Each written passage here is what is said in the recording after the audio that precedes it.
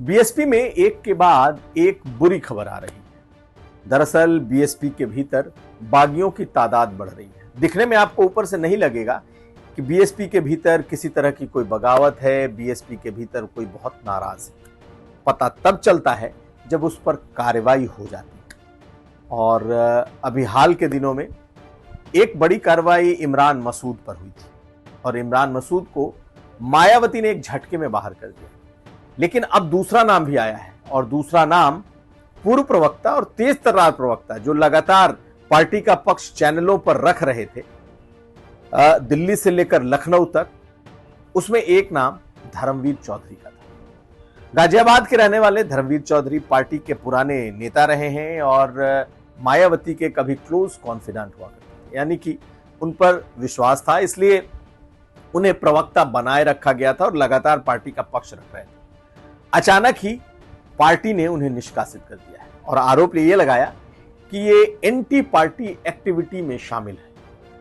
अमूमन मायावती जब भी किसी को निकालती हैं तो बहुत ही रूथलेस तरीके से निकालती हैं, कोई सुनवाई नहीं, कोई सफाई नहीं, और अगर लग गया कि इन्होंने एंटी पार्टी एक्टिविटी की है या कहीं ये धोखा दे रहे हैं तो एक झटके में बाहर कर देती है। और ये मायावती की ऐसी रणनीति है कि भले ही उनके आलोचक इसे लेकर लाख उन पर उंगलियां उठा दें, लाख उनके बारे में कुछ कह दें, लेकिन मायावती कुछ इसी अंदाज में अपना काम करती है और यही हुआ है। धर्मवीर चौधरी को पार्टी से बाहर कर दिया गया है। अब ये दोनों नेता पश्चिम उत्तर प्रदेश के हैं, एक गाजियाबाद के और दूसरे सहारनपुर के। तो सहारनपुर के नेता इमरान मसूद हालांकि 2022 चुनाव के बाद आए थे और बहुत कम समय में, यानी कि एक साल के पूरे होने के साथ ही उनकी विदाई भी हो गई। और अब जो उनके बारे में पता चल रहा है कि वो बहुत इच्छुक हैं कि वो या तो कांग्रेस, और अगर कांग्रेस ने घास नहीं डाला या कांग्रेस उनकी बात नहीं बनी तो वो आरएलडी भी ज्वाइन कर सकते हैं। और इस बारे में उन्होंने बड़ी तारीफ भी की है जयंत चौधरी की, उनके पिताजी अजीत सिंह चौधरी की। लेकिन हम आते हैं धर्मवीर चौधरी पर। धर्मवीर चौधरी को मायावती ने निकाल दिया है और वो भी गाजियाबाद से। ऐसी स्थिति में आखिर ऐसा क्या हुआ है कि पश्चिमी उत्तर प्रदेश में एक के बाद एक बगावत दिख रही है? दरअसल मायावती को लगता है कि पश्चिमी उत्तर प्रदेश में उनके नेताओं की पोचिंग, यानी कि उनके नेताओं का शिकार सबसे ज्यादा हो रहा है। पश्चिमी उत्तर प्रदेश में मायावती आज भी मजबूत स्थिति में है क्योंकि वहां उनका समीकरण काफी बेहतर है, यानी कि दलित और मुसलमान अकेले कई सीटों पर जिताने की हैसियत में।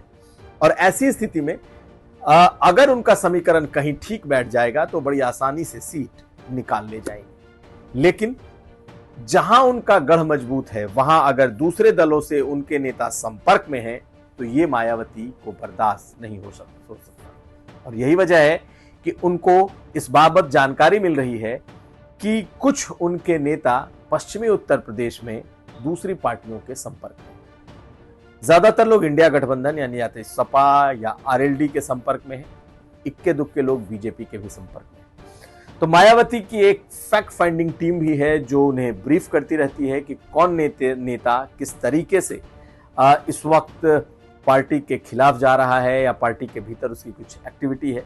तो ऐसे में फिलहाल धर्मवीर चौधरी का नाम आ गया है, लेकिन कई और नेता रडार पर बने हुए हैं। हालांकि इन नेताओं को लगता है कि मायावती के साथ रहने में अब कोई बहुत ज्यादा फायदा नहीं है और अगर बीएसपी के रहते रहते कहीं बार्गेनिंग करके किसी अच्छे दल में कोई पोजीशन या कोई टिकट की गारंटी हो जाए तो वो कहीं ज्यादा बेहतर है। तो यही वजह है कि मायावती बागियों को निकाल रही हैं और बागी बढ़ रहे हैं।